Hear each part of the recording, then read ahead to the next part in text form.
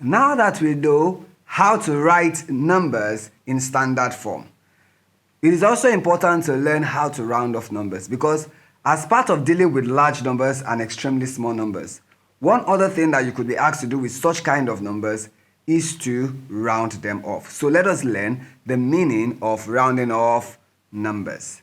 So when you're asked to round off a very large number or an extremely small number, what it means is that you are asked to approximate such a number to a degree of accuracy. Let's put that down. So rounding off numbers is a mathematical operation where a large number or small number is approximated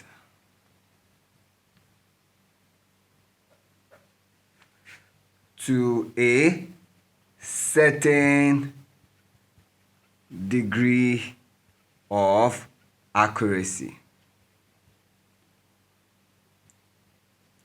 Now, you find out that this is one of those things that we do a lot when we are talking numbers. Like, say, for example, when your friend asks you, "At what time did you wake up this morning?" You might tell such a person, "I woke up at about 6 a.m. There you are not given the exact time where you woke up, but you have given an approximate hour. That is the hour in which you woke up. What you did there is rounding off the time. We do this to all sorts of numbers, and we can then round them off to several degrees of accuracies. But when working with large numbers and small numbers, some of the degree of accuracies that we work with is that we either approximate them based on their place value. You can approximate a number by their place value. Another thing you can do is to round them off to a significant figure.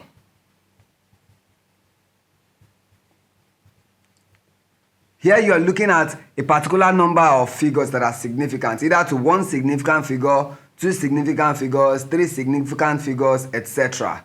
Then another thing you can do, especially when you are working with decimal fractions, is to round them off to decimal places.